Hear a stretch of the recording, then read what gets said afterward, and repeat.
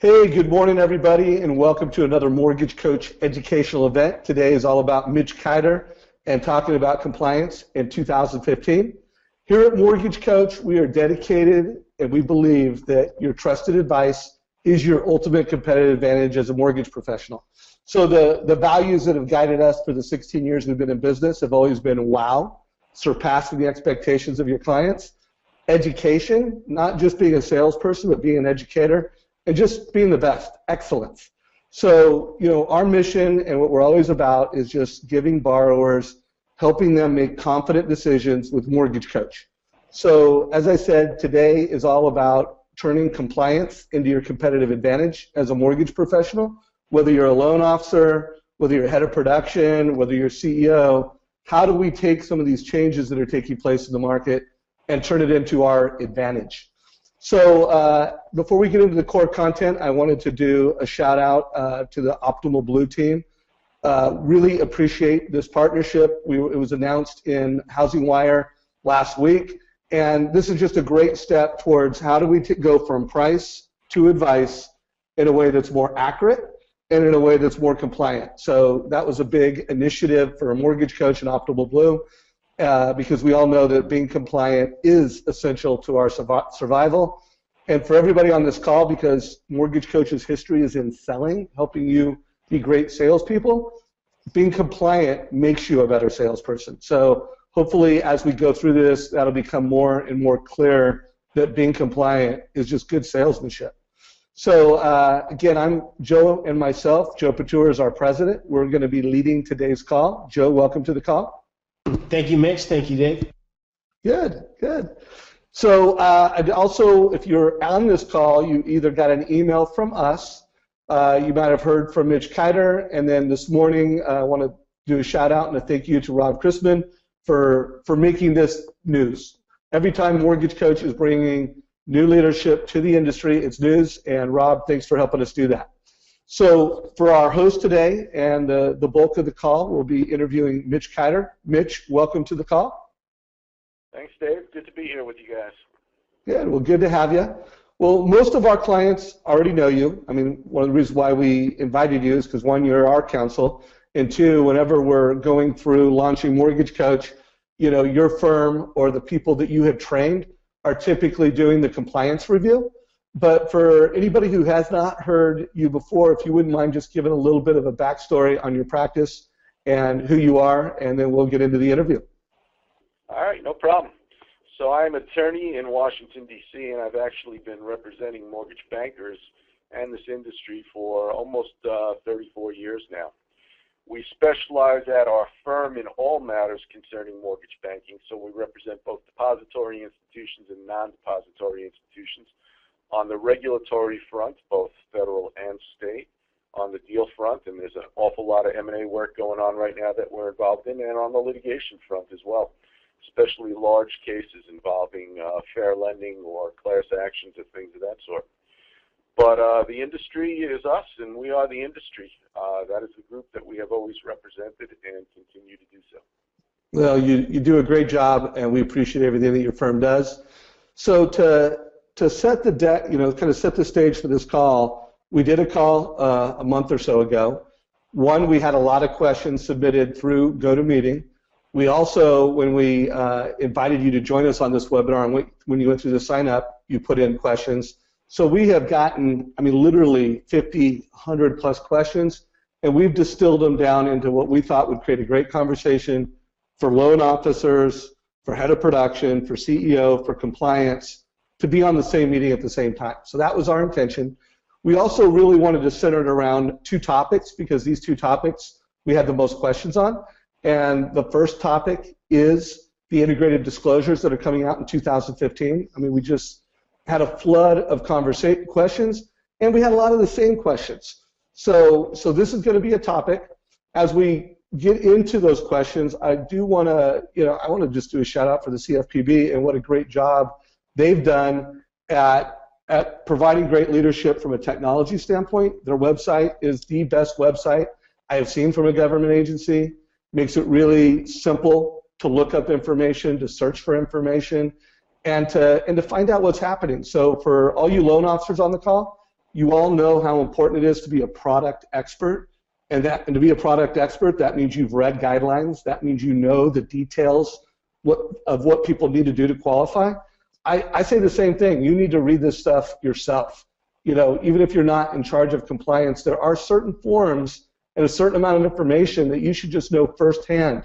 So I urge you, we're gonna answer some questions, but I also urge you to go to the CFPB website for yourself and look at this information. You know, get smart around what's happening and what's happening in your business. So let's do the first question, and let's just talk about transparency and how important transparency is in consistent borrower experience when it comes to rate quoting for both the CFPB and states. So Mitch, if you wouldn't mind covering this topic, and then we'll get into the new disclosures. So transparency and consistent borrower rate quoting are, to say the least, very, very important. Without it, you're going to have fair lending implications. You may have disparate impact implications and maybe even disparate treatment implications. If you are not going to be consistent in the manner in which you quote borrower rates, the question is, who are you quoting better rates to? Who are you spending more time with as opposed to one or the other? All of those types of disparities generally lead in fair lending issues itself. Beyond that, the transparency, the consistency that you need, if you don't have it, you're going to have UDAP problems. And for those of you that aren't familiar with UDAP, it's the unfair, deceptive, abusive acts or practices. And the CFPB is in charge of the UDAP statute, as well as the Federal Trade Commission, the FTC.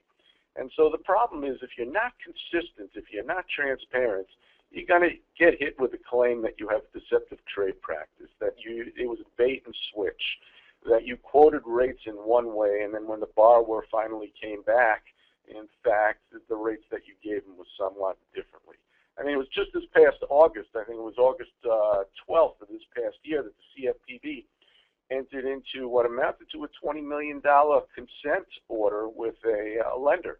And the allegations over there was deceptive advertising, and it focused around what the FTC claimed were products that resulted in higher interest rates and fees than the consumer had either been quoted or had been advertised.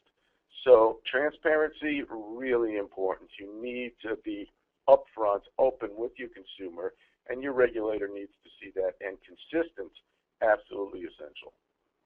So sales leadership for loan officers, too often we see loan officers quoting, the way they quote rates, the way they deliver service and advice is different with different customers. You know, some customers, and sometimes it's the high income rate shopper, they treat one way. The low income, I'm just happy to be qualified borrower, they treat another way.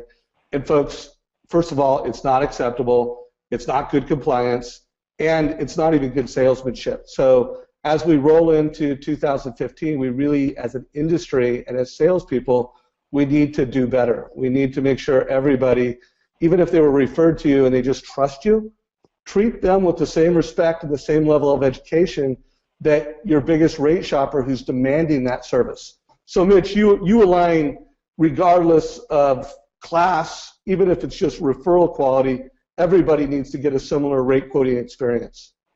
Everyone needs to be treated the same way. That's absolutely right. And so they need a similar quoting experience. Absolutely. Right. And then for the enterprise and all the executives on this call, you need to have a way to make sure that your loan officers are doing that. So it needs to be automated. And you need to have a way to say, this is our policy, and this is how we review our policy. You put those two things together, and you know, you're ready for 2015 and beyond. So, Mitch, you know, I think it's important. Many of us are on this call and in this industry have been through a number of key document changes. The many 1003 evolutions that we've been through over the last 10 years have occurred that have impacted business. And so when you look at these new disclosures and the way that they're laid out and the information that they present, what are your candid thoughts? You know, have they gotten it right this time, and what new challenges have been created? Well, this is the biggest change this industry has actually ever seen. This reflects a huge paradigm shift that I actually think has a larger impact on the industry in terms of costs, changes to systems, processes, training that's necessary. It has a larger impact than even those 7 combined rules that became effective in January. So this is a very, very big change, and one that's going to take a whole lot of training and process changes to get it right. And you know, the integrated disclosure rule replaces the good faith estimate and the initial truth in lending with a loan estimate form, and it replaces the HUD-1 and the final TIL with the closing disclosure. That in and of itself is a big change, but beyond the fact that you have to deal with different forms, there's really a change in philosophy over here. The philosophy in the past was to disclose fees in a bundled manner, and that's how you did it on the GFE and the HUD-1 settlement statement.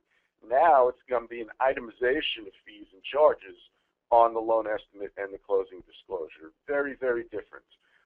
Disclosures actually are going to look different transaction to transaction, which creates quite a bit of a technology challenge itself.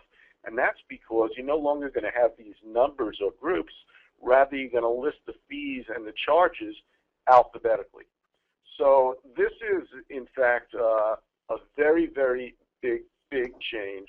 And it's going to impact closing as well, because under the new rule for integrated disclosures, which will kick in on August 1st of 2015, there's a waiting period before closing, and those integrated disclosures need to go to the consumer, need to go to the borrower at least 3 business days before consummation, before closing itself. And that in and of itself is going to create some technical issues that the industry has not really seen in the past.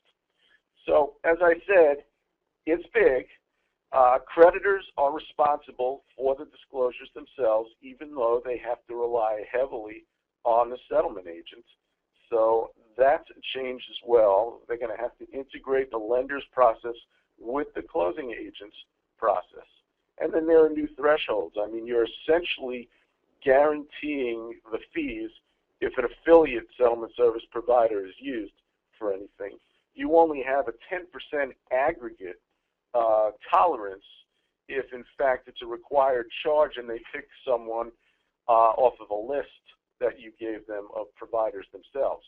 So it's a big rule that a lot of people don't fully understand today.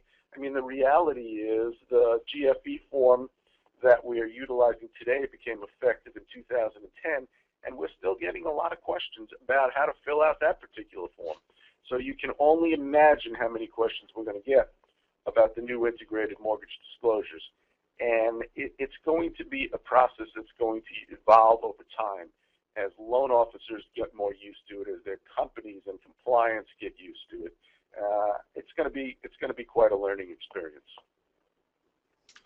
Well, the good news is it's 3 pages, so it's shorter, and the other good news is it's pretty simple. I mean, it's a big step forward, I think, from a government agency to come out with a form that's this quality. So when you look at what the CFPB's goals are, it's clearly that there's a more accurate quote from start to finish. It's clear that they want a greater level of transparency, and most importantly, they just want, consumer understanding. And again, my feeling as a leader of salespeople, of mortgage professionals, all of those things, those are just good salesmanship. The best loan officers, the highest quality loan officers, they want accuracy.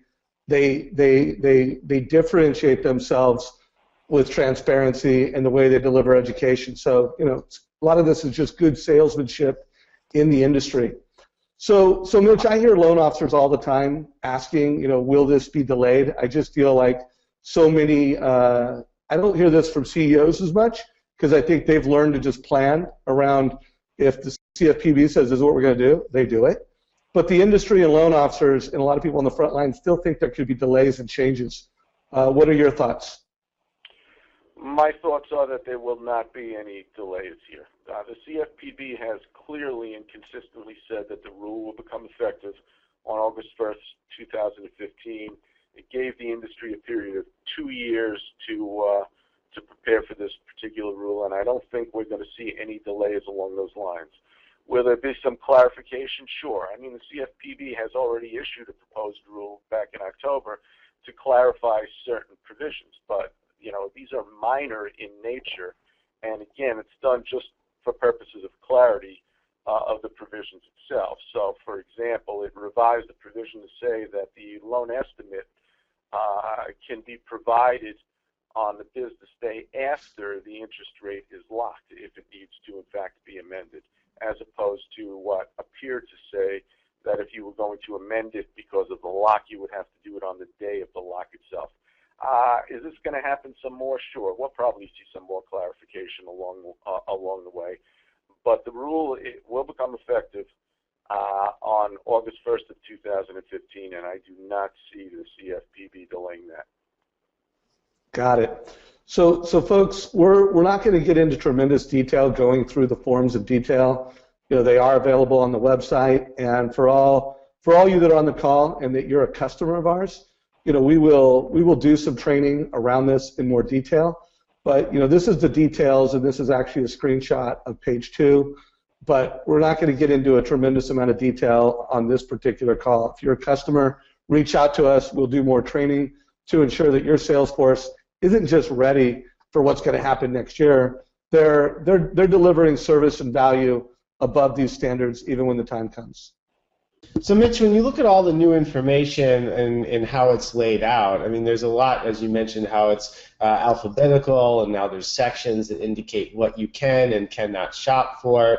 And certainly now there's this section that emphasizes the cost of the loan over time, which originators have never had to have that communication. But, of course, many of you on the phone who have been Mortgage Coach subscribers have been having a similar dialogue. What do you think of this change, and how does that really impact originators now having to talk about long-term financial impact? Well, I like the change, to tell you the truth. I think it's an important change because I think it's going to help consumers a great deal.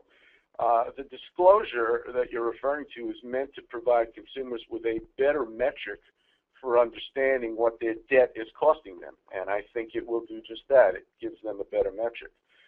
Currently, the TIL disclosure focuses on the cost of credit based on the loan's contractual term, life of the loan, which can be 15 years or typically 30 years. But since so many consumers don't hold their mortgages, are not staying in their home through the term of the mortgage itself, they either sell, they refinance, usually within the first 5, 7 years, sometimes 9 years or so. What the CFPB said they found was that the payment disclosures based on the entire length of the loan didn't accurately really reflect the cost of credit for most consumers, for those that didn't stay in their home for the life of the loan itself and stay with that particular loan. And so they modified the existing TIL total payments disclosure to go ahead and reflect this total payments over 5 years rather than the life of the loan itself. And it makes a lot more sense, because most consumers don't really fully understand the concept of amortization. They don't know after the first 5 years how much principal they've actually paid off, how much interest they've paid off along those particular lines. They don't understand what the true cost of credit is. This will, in fact, give them a much better sense of what their loan is and what their true cost of credit is. Much better than the total payments over the life of the loan. They'll still get that information about the total payments over the life of the loan, though, because that will still end up being on the closing disclosure as well. So I think it's good, to tell you the truth. I think it's consumer friendly. I think it's going to, as all things, in this rule, it's going to take some getting used to. And this is a type of calculation, and this is a type of disclosure that has not been required of the industry before. And as I said, this rule is going to involve a lot of training, and training in this provision as well.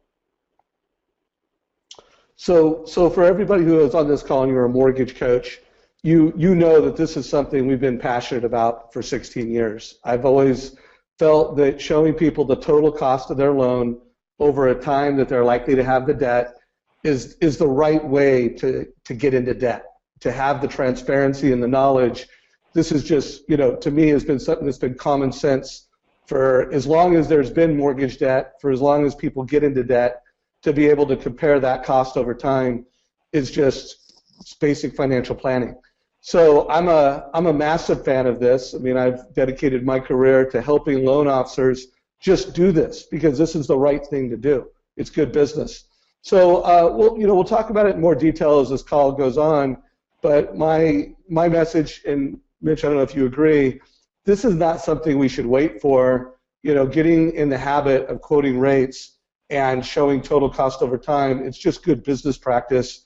And as of next year, it's going to be a requirement.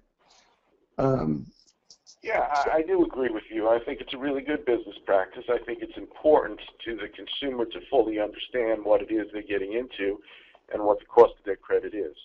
And I don't think we should wait to certainly get trained and learn how to disclose this properly, because come August 1st of 2015, as you said, this will be an absolute requirement.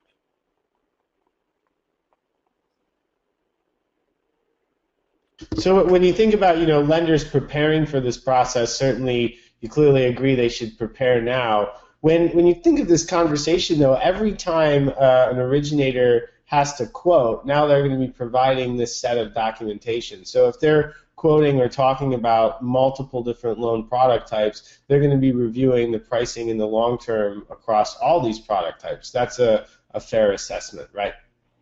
I think that's right, yeah. That's correct.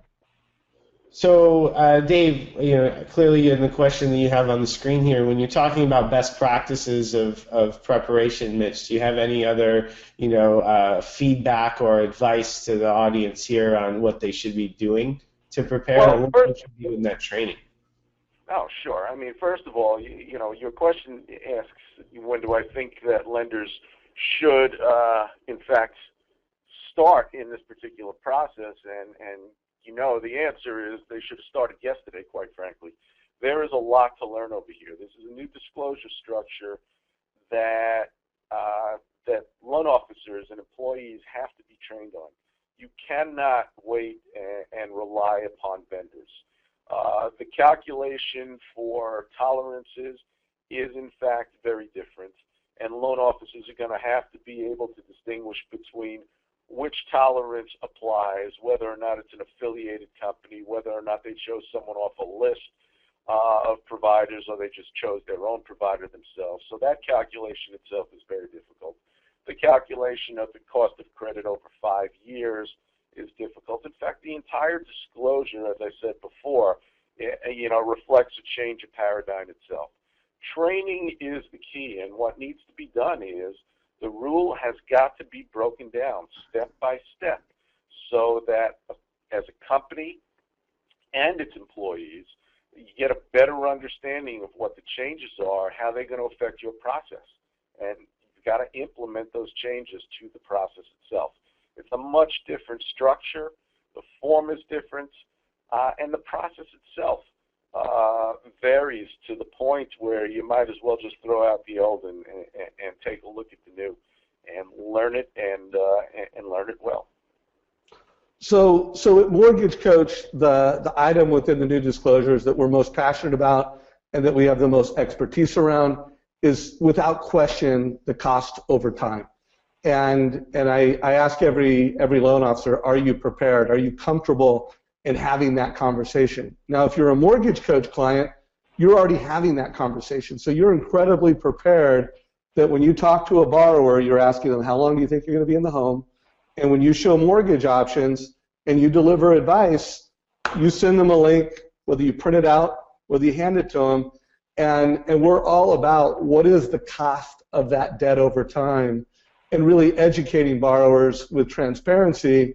These are your mortgage options, different loans, and whether it's 3 years, 5 years, or 7 years, whatever is tailored and relevant to the borrower, you're able to net it out for them. So while there's no doubt when it comes to disclosures and their committee, it's 5 years. Everybody's going to get 5 years. But within the course of consulting with the client and helping them pick the right loan for their needs, if someone is going to be in the home for 2 to 3 years, 5 years may not be the right financial planning decision. And if they're going to be in the home for the life of the loan and they're locking it at a fixed rate, again, 5 years may be too short. So it's important as an industry that your loan officers are prepared to not just quote rates, not just sell transaction fees, but have a cost over time conversation with borrowers. So if you're a mortgage coach and you're on this call, you're ready. You've got a competitive advantage. You've been doing this for a long time. And if you're not a mortgage coach, well, it's a new competency that you need to gain. Joe, anything you want to add to that before we move on to MSAs and other questions? No, I think the emphasis here should be borrower education.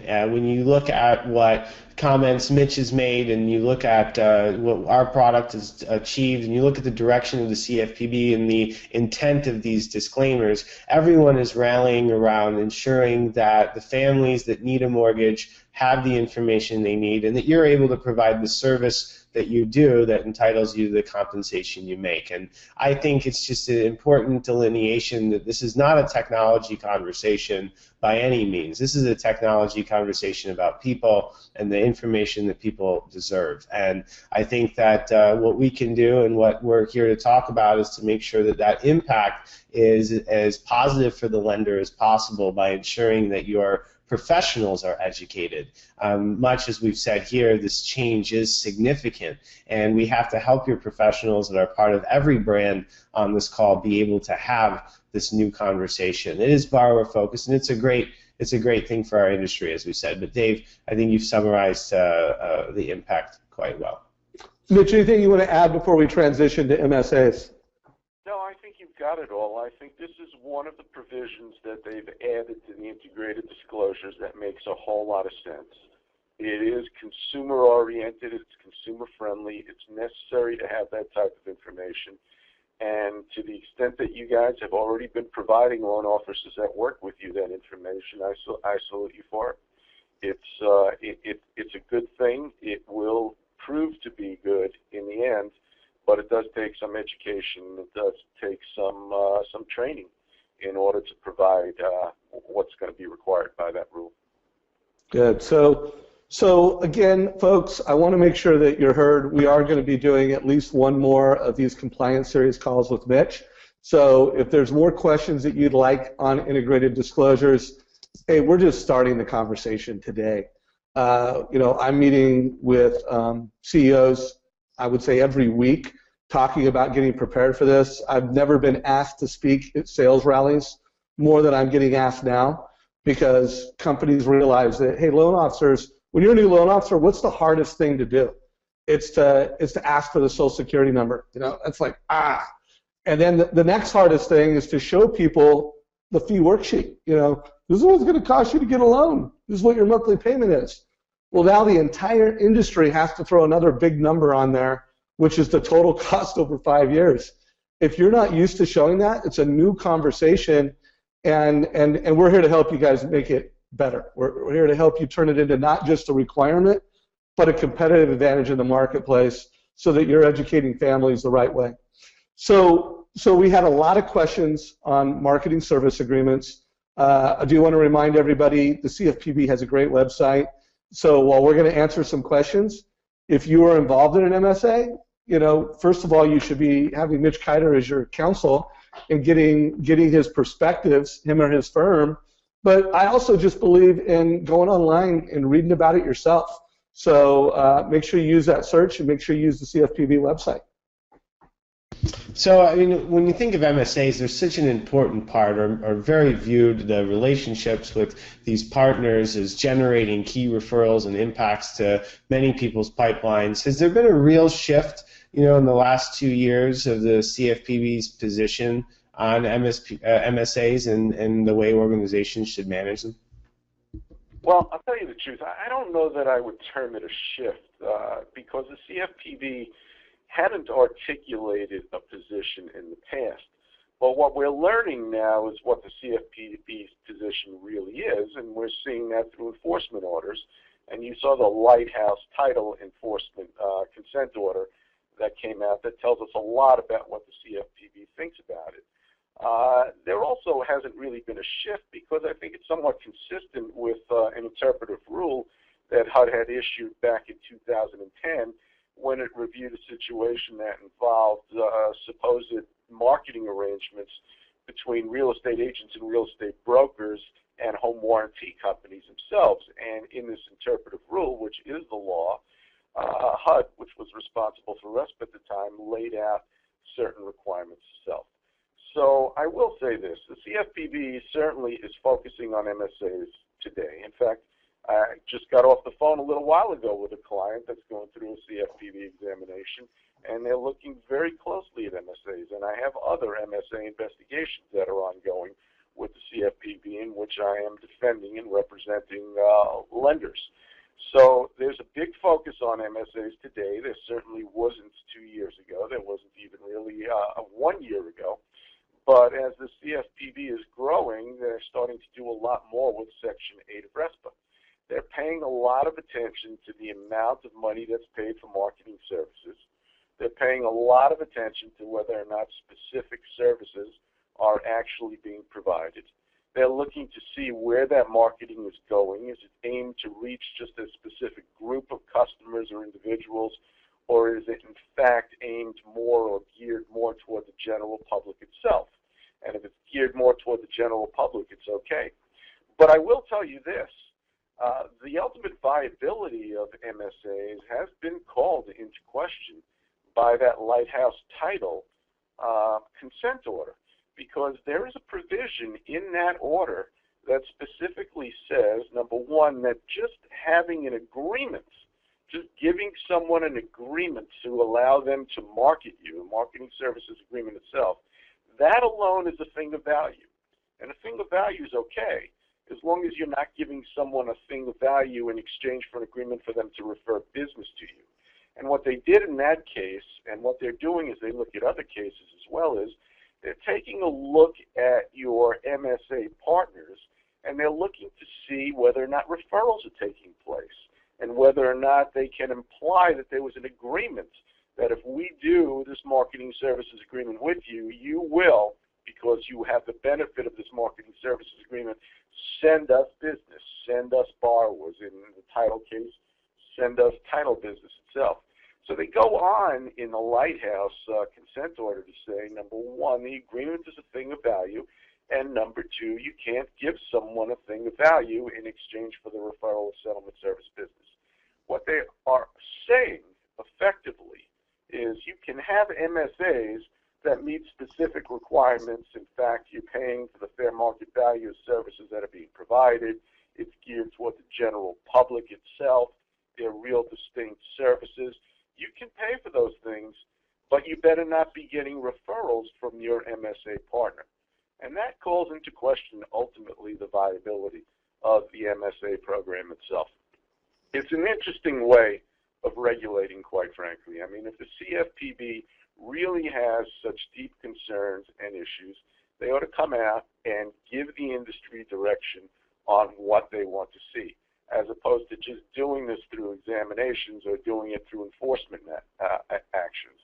But until the CFPB does come out along those particular lines, you're going to see more enforcement actions, and you're going to see that the viability of this particular structure is really being called into question. Well, it's an interesting conundrum for a lot of lenders because for the customer, of course, the home buying transaction is significant. There are a number of individuals that influence that transaction, the realtor being one of them. And so when you think of MSAs and some of the lenders on today's calls, one of the strategies in their arrangements that they have is desk rentals or putting somebody in an office. So when you think of that, does it have to be 4 walls and a door and a cubicle and an office to be a desk rental, or where's that line, and how is a lender that really is based on referral business from great realtors because they have that relationship, not able to navigate any longer now that they can't quite monetize it the same? Well, desk rentals are still a good alternative. And, desk rentals were looked at when HUD was responsible for RESPA back in 1996, and they had a policy statement on it.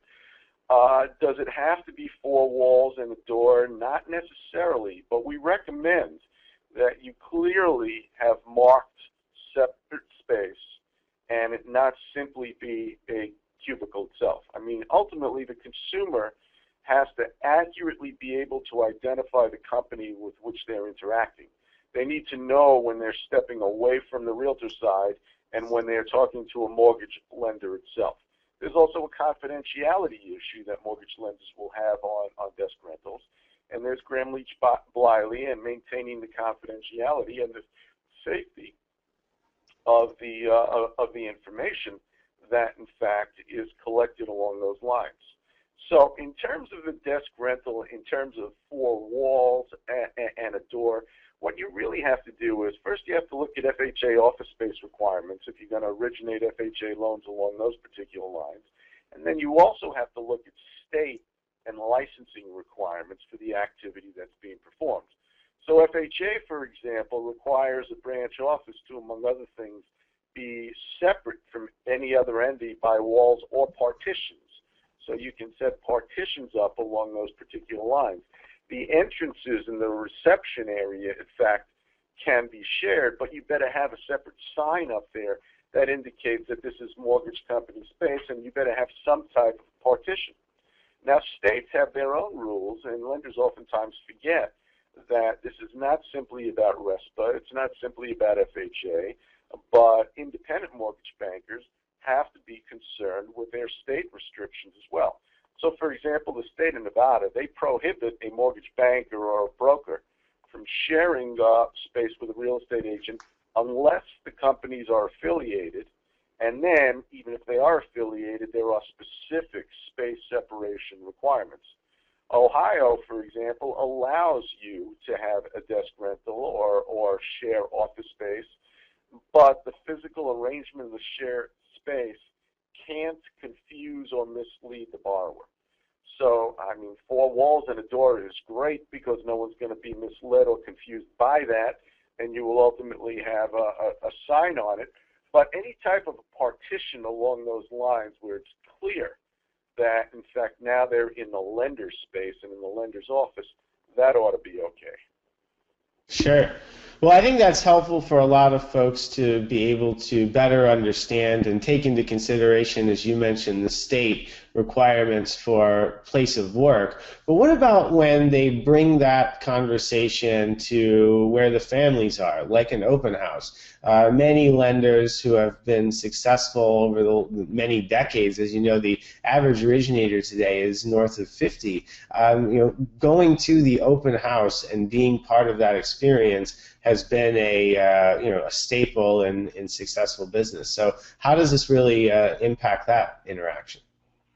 So open houses are, in fact, really, really important, obviously, to realtors, and they're important to mortgage lenders as well. I mean, these are people that are coming in generally because they're looking to buy a house. And if they're looking to buy a house, for the most part, they're going to look to finance their acquisition as well.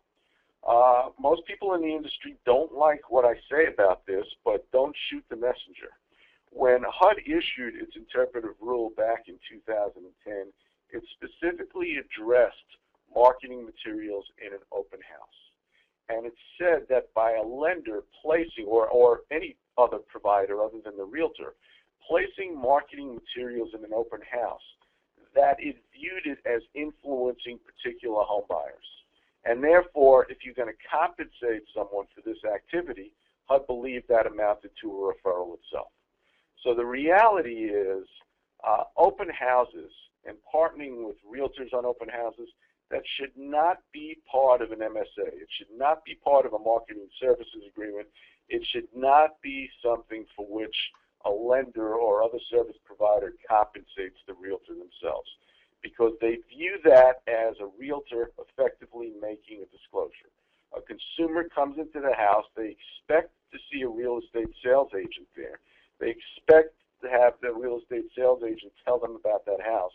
And if the lender is over there and the real estate agent hands them materials or tells them to go pick up that lender's marketing materials itself, that HUD believed, and I believe the CFPB looks at it the same way, that amounts to a referral.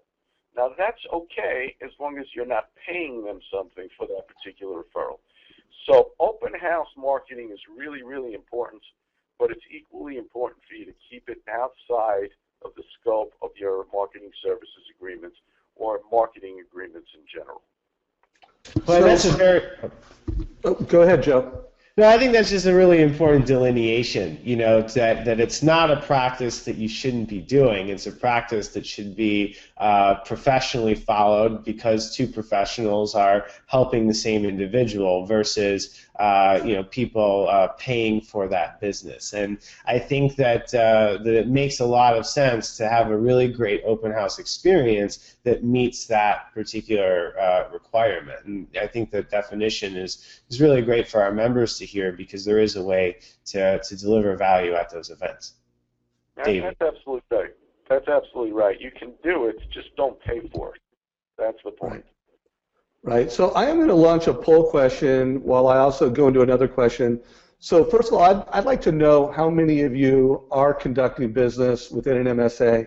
If you're at the C-suite and you're executive, just, you know, if you have MSAs, I want to know that. And if you're a loan officer and your part of your sources of business are marketing service agreements, let us know. This will help me prioritize future calls and future questions with Mitch.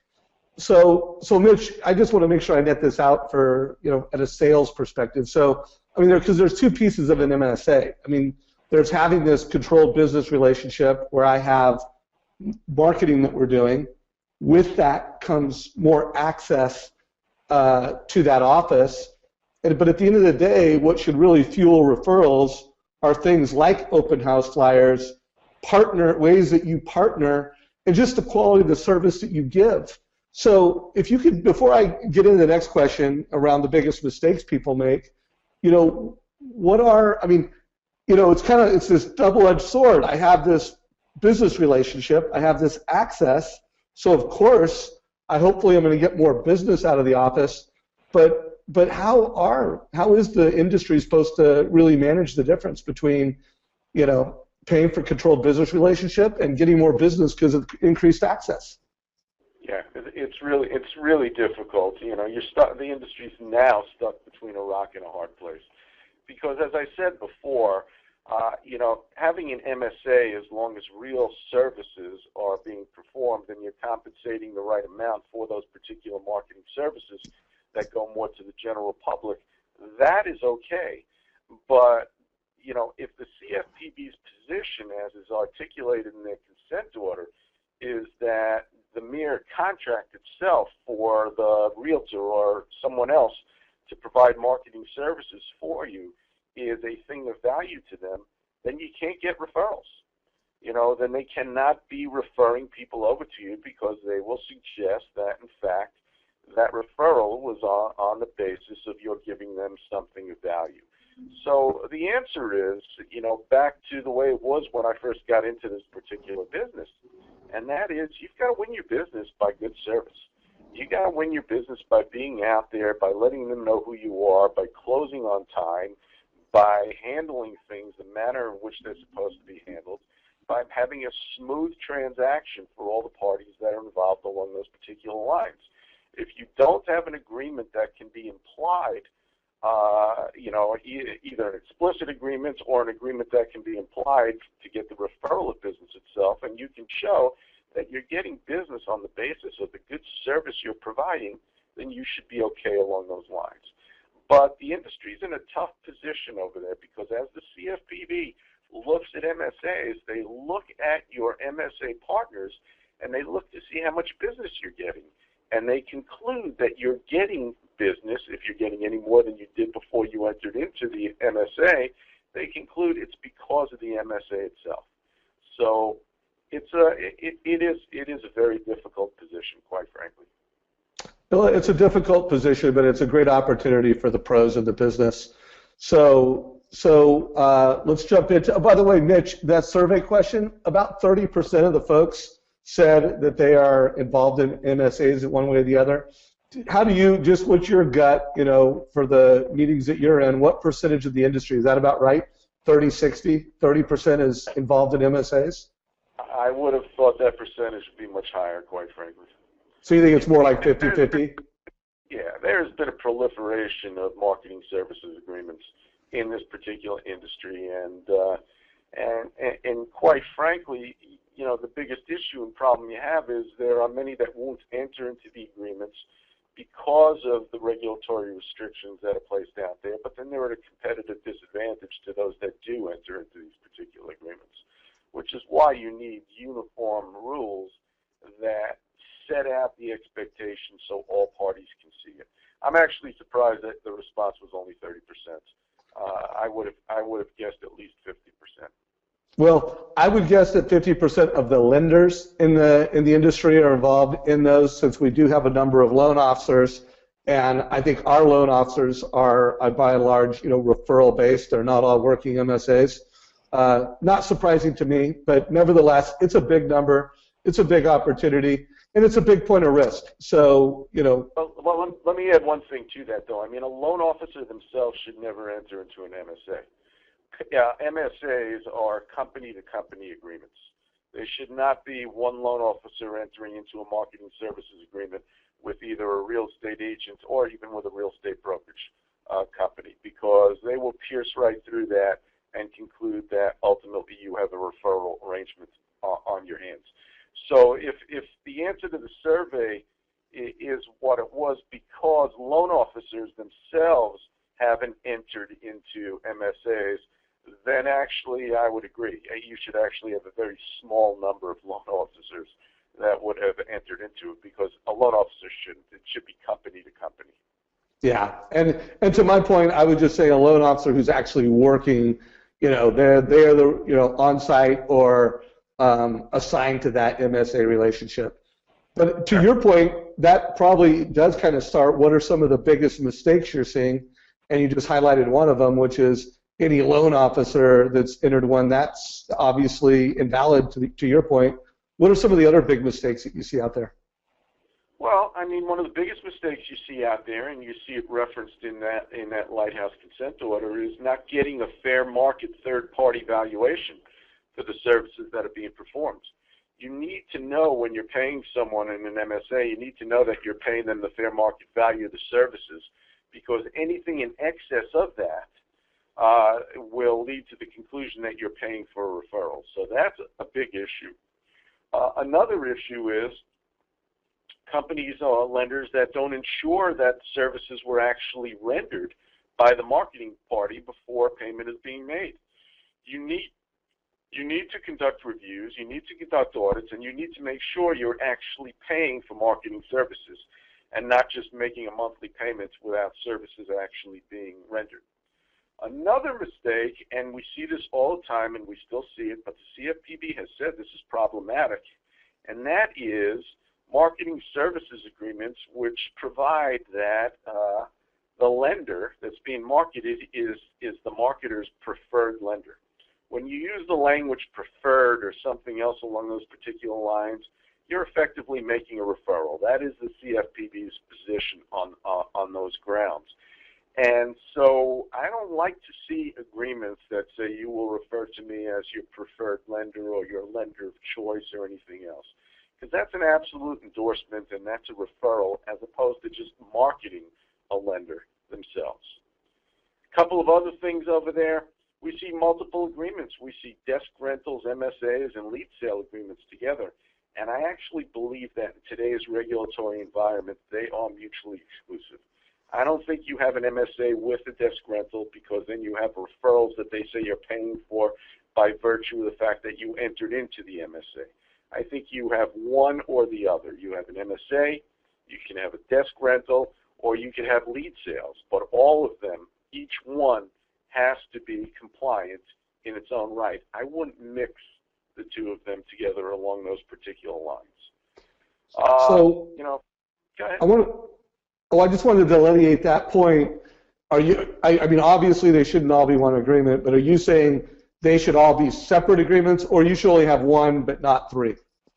Well, I'm saying today, in light of the enforcement actions that we have now seen, and in light of the regulatory environment that we're in, they should have one and not all three. They certainly shouldn't all be together, but I actually think that you should only enter into one type of an arrangement, and that's it. Got it. Got it. So, I mean, we very much have a conservative, the mortgage coach leader and the mortgage coach loan officers, very advice-based, educationally based, and from a compliance standpoint, by and large, conservative in nature. I actually just saw one of our great clients where they're really looking at, either downsizing or minimizing that type of business. I mean, it sounds like, that's your guidance, is that this is not a sustainable way of doing business going forward. What is your just kind of big picture thoughts on that? Well, that's absolutely right. I think, as I said before, that the viability of this model has been called into question. If I had to guess, my guess is that eventually these are all going away, and I think that lenders and others have to start to think about their business model and their business plan and what direction it's headed and what's going to take the place of these MSAs in a legal and compliant manner. Well, I think most of the people I know, they would love it to go away because, they compete on service, and the only reason they even have MSAs is because if they don't, someone else will. But by and large, I think, if you have a great service advantage, if the way that you support a partner is valuable and you're executing well, hey, if MSAs go away, you'll just win that business the good old-fashioned way. So when you look at what people can do, I mean, you really have to respect the fact that many lenders that have been around for decades have good agreements with great brands. When you think about marketing and promotion and promoting themselves within those agreements, are there any best practices that you would share? Obviously, one of only doing very few things, but what else? Well, let's start off this way. An MSA should only involve, or any type of a marketing agreement should only involve the company providing what's true arm's length advertising for another company. So that's number one. You need to actually make sure that it's an arm's length agreement, that you're paying fair market value for the services, and that they're real advertising services. They're real marketing services that are being performed. That's the most important thing that you can do. In terms of some alternatives to MSAs, HUD, when it was responsible for RESPA, and I think it's carried on to the CFPB as well, has always looked at co-marketing, marketing together with someone as that being acceptable, so long as you, in fact, are each paying your fair share of the marketing expenses. And I think that's an important thing to do. I think you're going to start to see some more co-marketing, co-branding along those particular lines.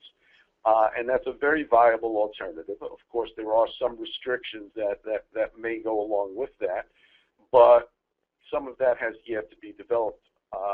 Much safer, I would think, than an MSA that may not meet all of the requirements that the CFPB has at least laid out in the consent order that they set out with Lighthouse Title. So there are things that you can do, and marketing is obviously a very important component of every lender's business, quite frankly, and it's not going to go away. So for all you mortgage coach leaders out there, there's a lot you can do, and I'm not going to speak to the compliance of MSAs because I'm not an expert, but what I have dedicated my life to is how mortgage professionals can be valuable advisors to realtors and other partners. And typically it's just better service and better education. So when I look at, the typical open house, like the one you're looking at right now, I mean, that's average. And when you look at what we can do with technology today, and as a mortgage coach loan officer, you can make that open house more valuable. You can, send a link to the realtor, and then this is the realtor's mobile device, and they can display education around that mortgage, whether it's a first-time home buyer analysis, whether that's whatever the financial strategy is. It's a better way to deliver advice in the open house. And it's also, I don't want to say it's more compliant, it's more simple because we don't have the de minimis cost of paper associated with how we're presenting mortgage options. It was just a link, and now you're able to deliver that. So, you know, everything we try to teach and we evangelize is going from being education, or going from being a transaction provider to being an education provider. So obviously, you know, the whole 5-year conversation, as an industry, we need to get better. And for all you that are on this call and you are already a Mortgage Coach partner, we want to help you train. You know, let us know when your next sales rally is, so we can come and deliver sales strategies to be more valuable to realtors. We can bring strategies to how to win more business, but do it in a compliant fashion.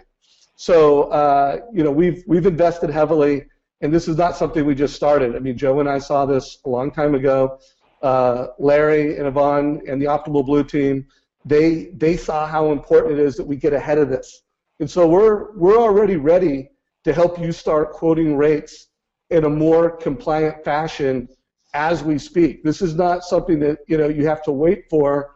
Literally in Optimal Blue and other systems, you can go from quoting rates, you know, right now you're quoting rates, to building in a way to include Mortgage Coach to help educate the borrower, so that a few clicks of the button and now you've got, you know, mortgage options in a way that delivers education and value to the home buyer, whether that's a purchase experience or whether that's a home buy experience. Think of it as just a better, more compliant way to deliver mortgage options. So, Mitch, we're getting into, you know, kind of wrapping this up. I mean, Joe and I want to make ourselves available to any CEOs or any executive teams that would like to, you know, meet with us.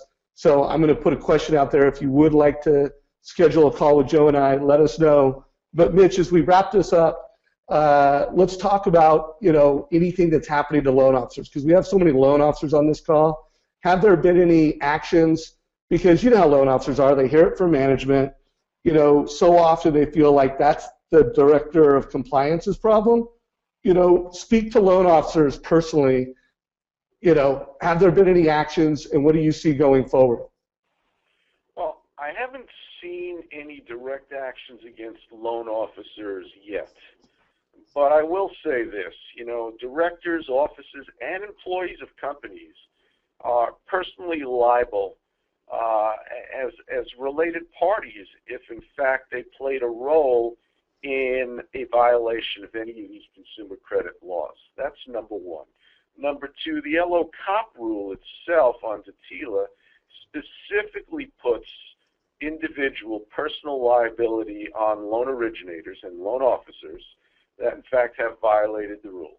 And, you know, the liability is pretty great. It's limited to the greater the actual damages are 3 times the amount of direct or indirect compensation that they received. So the answer to your question is no, I haven't seen a loan officer get hit with that particular provision yet, but it will happen over time, because remember that the LO comp rule that's in place right now just came into effect this past January.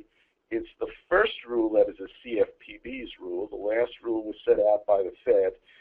But LO comp, loan officer individual personal liability did not kick in from January. And there hasn't been a whole lot of auditing or examining until the last couple of months. So for those LOs that are out there, you need to be careful. You need to ensure that you're comfortable with the practice and what you're doing, because there is individual liability that awaits around the corner, and the CFPB is just the kind of group to use that tool. Well, and to the point I made earlier, being compliant is just good salesmanship. So this call, like the one we did last time, is being recorded, and that one was recorded. Our team, you know, to make it easier for you to watch this in sound bites, we have, you know, edited that call, and we'll edit this call so that you can listen to the specific questions that are asked, you know, the ones that are most interesting to you and most relevant to you. So those are called compliance quick hits. Mitch Kider, as always, we're real grateful for your leadership in the Mortgage Coach community. You know, if you could tell everybody how they can reach you, any senior executives that want to consult with Mitch for not only advice on compliance, but he's a tremendous, you know, speaker. You know, I designed these calls so that they're great for C-level leadership, great for loan officers. But if you want to have Mitch out to speak to your group, Mitch, how does everybody get a hold of you? So you get a hold of me, you can either call me direct, and it's 202-557-3511, or in fact you can reach me on Kider, K-I-D-E-R, at thewbkfirm.com. In front of you right now, you see the front page of our website. You can pick it up on that, thewbkfirm.com. I'll post a link. Talk to you guys, and I'm happy to come out and speak. I love speaking to groups, loan officers, management, and everyone else out there. Compliance has got to be a #1 priority in today's regulatory environment. And anything I can do to help you along those lines, that's what I'm here for. Well, we'll put a link to that in the Facebook section for today's call. So our mission here at Mortgage Coach is to help you educate buyers so they can make a confident decision around their mortgage options. And I do believe that, as you know, my last leadership on this call, whether you're at the C-suite, whether you're a branch manager, whether you're a loan officer, you're managing a team, you've got a processor. And our values are all about surpassing the client's expectation, education, and excellence. And I urge you to adopt these values. They're great values coming into 2015. They've been great values for a long time. So also, if you're on this call and you're a mortgage coach and you have not downloaded the Rate Watch app, come on, let's get started.